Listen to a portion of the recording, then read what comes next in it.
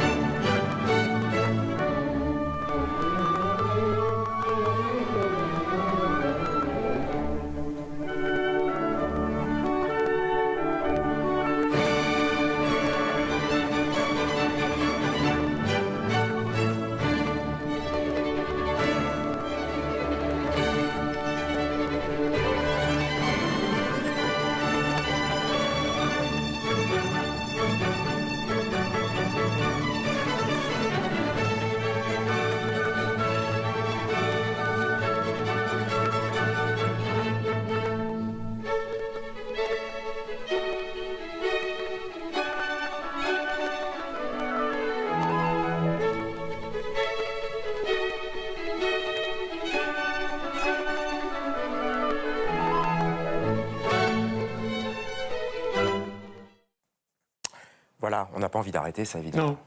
Non. Vous avez vu la vie qui se répand comme ça, le mouvement qui se répand, l'énergie. C'est Mozart. Je voyais vos lèvres fredonner. Oui, moi, la partition peut brûler, je peux tout réécrire. Ouais. Là, c'est sous la direction de Yann Molina. Faut nous raconter quand même, Eric Emmanuel, ce moment, vous l'avez déjà raconté dans un autre livre, mais ce moment où vous êtes adolescent, vous allez à l'Opéra de Lyon, vous assistez à une répétition des Noces, et là, vous n'êtes pas bien, vraiment pas bien, dépressif, on peut le dire. C'est le seul moment de ma vie où, oui, je pense, j'ai fait une dépression d'adolescent, c'est-à-dire de celui qui tout d'un coup quitte le monde, je dirais, merveilleux de l'enfance où tout était possible, on pouvait avoir tous les rêves concernant soi-même, et il y a le goulot d'étranglement de la réalité qui vous condamne à se dire, bah voilà, maintenant tu es équipé avec ça, ta vie ça sera sans doute ça, tes études ça sera ça, etc. Et donc j'ai renaclé devant l'obstacle de la réalité, quoi.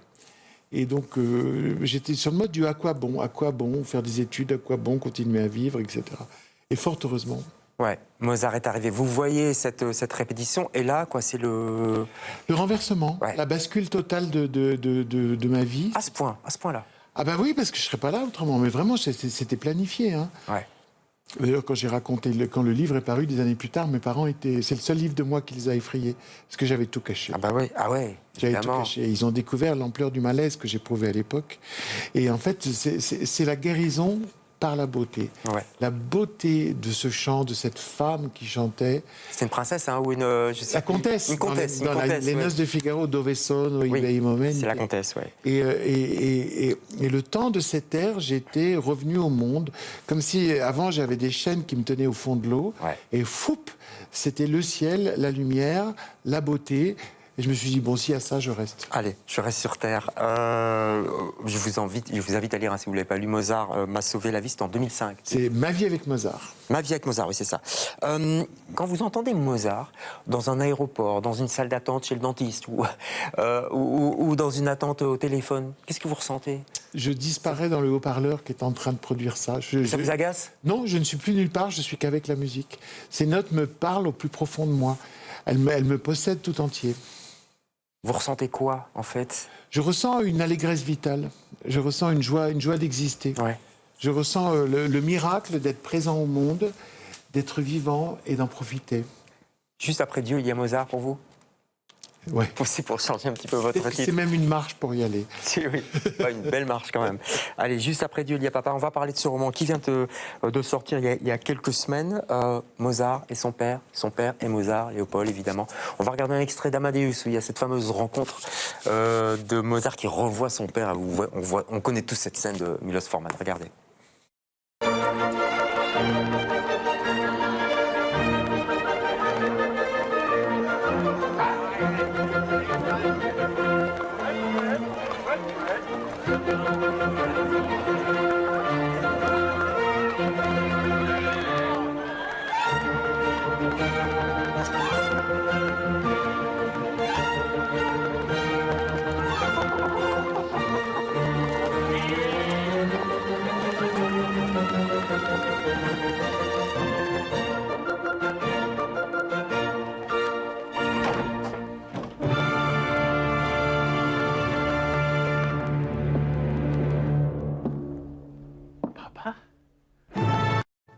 Voilà, on a à peine vu l'ombre de Léopold. Il est pas mal ce film quand même, hein. Plus que pas mal d'ailleurs, Milos Forman. Ah, le film est formidable. Ouais, hein, c'était un film formidable. Mozart et son père. Souvent on parle de Mozart par rapport à son père. Oui. Ici, vous inversez quand même un petit peu, je trouve. Hein. On parle de Léopold par rapport à son fils. Un dieu vivant quand même pour l'enfant. Le petit Wolfie, hein, c'est comme ça qu'il l'appelait. Tant qu'il est petit, il adore son père en fait. Hein. Bah, son père lui donne l'accès à tout ce qui est admirable, c'est-à-dire il lui offre la musique, et puis il lui enseigne, puis c'est une révélation pour l'enfant, mais il lui offre aussi l'histoire, les mathématiques. Parce qu'il donne cours, hein, il lui donne des cours. Oui, Mozart adorait apprendre, et il donne ses mêmes cours à sa fille. C'est pas du tout un homme qui a réservé l'éducation à son fils. Nannerl, c'est une des forces de ce livre aussi, parce qu'on voit un peu la famille aussi, les Mozart, quoi. On n'en parle jamais des Mozart. Non. Et donc il adore son père, qui le forme, puis qui va même avoir l'intelligence de se rendre compte à un moment qu'il ne peut plus rien apprendre à ce gamin quand il a 10 ans, et qui va de nouveau reprendre son bâton de voyageur pour l'emmener rencontrer les plus grands en Italie, etc., pour continuer à le former. Donc il n'y a pas de Mozart sans Léopold Mozart, dans tous les sens du terme, quoi. Il a révélé cet enfant à lui-même et il lui a donné une immense éducation. Et l'enfant lui est infiniment redevable. Et quand on pense, parce que le livre commence quasiment comme ça, que il n'ira même pas à l'enterrement de son père. Parce qu'il a voulu prendre ses distances, sa liberté, parce que le père voulait être un père et était parfois un peu envahissant. Et puis parce qu'il y a un moment où le fils a besoin de tuer symboliquement le père. Et c'est la disproportion, l'asymétrie fondamentale de la relation père-fils. Jamais un père ne veut tuer son fils. Bien sûr que non. Alors qu'un fils a besoin de tuer son père. C'est terrible. Et tout ça, c'est dans l'amour. C'est-à-dire que ces deux-là... Oui, parce qu'ils s'aiment au fond. Hein. Ils s'aiment. Ils s'aiment, mais ils ne savent pas s'aimer, en fait. Ils ne savent pas, en tout cas, réinventer une histoire d'amour entre eux. On va dire une troisième histoire, pas paternelle ni oui, ils n'ont pas eu le temps non plus, parce que Léopold meurt dans la cinquantaine passée. Et même à la limite, Mozart aurait pu, dans les 3 années qui lui restent à vivre, dialoguer avec son père et il meurt aussi trop jeune, parce que souvent, on continue à se former une image de son père bien après son départ. Il n'y a pas pensé quand il a composé le Requiem, un tout petit peu? Pour moi, si. C'est une de vos pistes. Hein. Ouais, on n'en sait rien, c'était pas pour lui, hein, c'était une commande, hein, je crois, le Requiem. C'était une commande, oui, d'un comte qui voulait passer pour un musicien et qui demandait à des grands compositeurs de signer anonymement une œuvre que lui, après, annonçait comme la sienne. Ouais. Et en fait, pour moi, Mozart écrit enfin le Requiem de son père. Il n'est même pas allé à son enterrement, mais à ce moment-là, il est en voie de réconciliation interne avec l'image de son père. Et en fait, la tragédie de l'histoire ferait que ça va être son propre requiem. Ouais. Vous l'avez écrit en écoutant Mozart ou pas? Avant et après, jamais pendant. Parce non, que c'est comme si vous étiez dans mon bureau quand j'écris. Oui. Vous me parlez, je vous écoute. Mais je suis pas Mozart. Oui, mais Mozart, il me parle, je l'écoute. Et il me parle à travers sa musique, je l'écoute. C'est pas une musique de fond, quoi. Surtout pas. Je suis contre la musique d'ameublement. On ne citera pas de marque. Oui, ou dans les grandes surfaces, effectivement. Ça parle de Mozart et de Léopold, son papa. Ça parle de nous aussi. C'est ça la force aussi de ce livre, c'est le côté universel des relations père-fils qui sont souvent compliquées. Vous avez pensé à votre père aussi. Vous en parlez parfois de votre papa, prof de sport, de boxe, je crois. C'est-à-dire que mon père a été un bon père et moi, je ne crois pas que j'ai été un bon fils. À ce point-là, ouais. Parce que je n'avais même pas l'idée qu'il fallait que je sois un bon fils. Et c'est là que il y a cette chose curieuse, c'est que être père, c'est une vocation, c'est un engagement. Je sais, moi, je suis un père depuis quelque temps. C'est un amour qui crée des devoirs. Ouais. Donc c'est un engagement de tout l'être. Être fils, c'est un fait. Ah bah on est toujours le fils de quelqu'un. Bien sûr. Et on n'a pas choisi d'être fils, on a choisi d'être père, par contre. Exactement. Ouais. Et donc, c'est là qu'est la dissymétrie. Et donc, il va y avoir dans l'amour d'un père ou d'une mère quelque chose d'une dimension altruiste, véritablement, quelque chose parfois même de sacrificiel. Et on n'a pas forcément rendez-vous avec la joie. Alors, en même temps, c'est vrai et c'est pas vrai. Parce que moi, avec mes enfants, je passe les moments les plus heureux du monde. Ouais. Mais je sais qu'il va y avoir des moments difficiles où il va falloir que je mette un cadre fort, où peut-être on ne sera pas d'accord, peut-être qu'on va s'aimer de façon abrupte. Et je m'attends à tout ça, alors que l'enfant ne s'attend pas à tout ça. Ouais. Il y a une phrase d'ailleurs qui dit on ne fait pas des enfants pour nous, on fait des enfants pour eux, en fait. On fait des enfants pour eux. Et puis à un moment, je fais dire à Mozart, il glisse à sa femme, en fait, les enfants, c'est comme Dieu. Ah oui. On les aime vraiment que quand on n'a plus rien à leur demander. Ouais. C'est très fort. Il n'y a plus de projection et qu'on laisse l'enfant être, mais qu'on l'aime. Ouais. Il faut quand même des années de... Pas d'apprentissage, mais je veux dire, il faut que l'enfant grandisse. Ça ne se fait pas comme ça. Oui, puis c'est fragile. Hein. On peut toujours dire le mot qui glace, le mot qui éloigne, ne pas répondre à quelque chose, être mal compris. C'est extrêmement fragile, enfin, comme toute relation humaine. Un mot sur la phrase juste après Dieu, sur la phrase sur le titre « Il y a papa », ce sont les mots de Mozart. Exactement, dans une lettre d'enfant.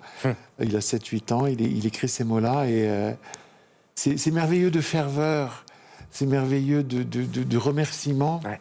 Et puis je crois que c'est vrai pour tout un chacun. Ouais. Et puis bien sûr, après, il y a la décristallisation, la prise de distance. La vie, quoi. La vie. Et moi, mon but, c'est pas de donner des bons points en disant ni au père ni au fils, c'est de montrer l'infinie complexité avec beaucoup de tendresse. Ouais, ouais. C'est un très beau livre, je trouve. C'est une petite pause dans la traversée du temps. Vous êtes arrivé au 5e tome, vous continuerez, j'imagine. C'est écrit avec beaucoup de douceur, on sent le père qui est derrière, et une musicalité aussi, évidemment. Il nous reste très peu de temps pour un coup de cœur. Vous m'avez dit Pascal Bruckner, son dernier, là. Oui, de Mère inconnue. Ouais. Justement, on est encore dans le thème de la filiation, c'est-à-dire dans ce livre, il se rend compte qu'en fait, il ne connaissait pas la personne qui était sa mère. C'est pour ça qu'il dit de mère inconnue, parce qu'il a vécu avec sa mère. Ouais. Et puis après, il s'en est occupé jusqu'à la fin. Mais il dit quelque chose qui est juste pour beaucoup d'entre nous. C'est-à-dire, on est tous de père et de mère inconnus dans la mesure où on ne s'est jamais intéressé à la personne qu'ils étaient.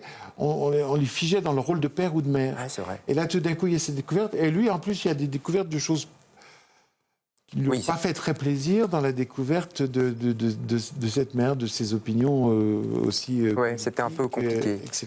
Il faut lire ce livre, il faut lire, c'est chez Grasset, il faut lire le vôtre aussi, qui vient de sortir plus ou moins.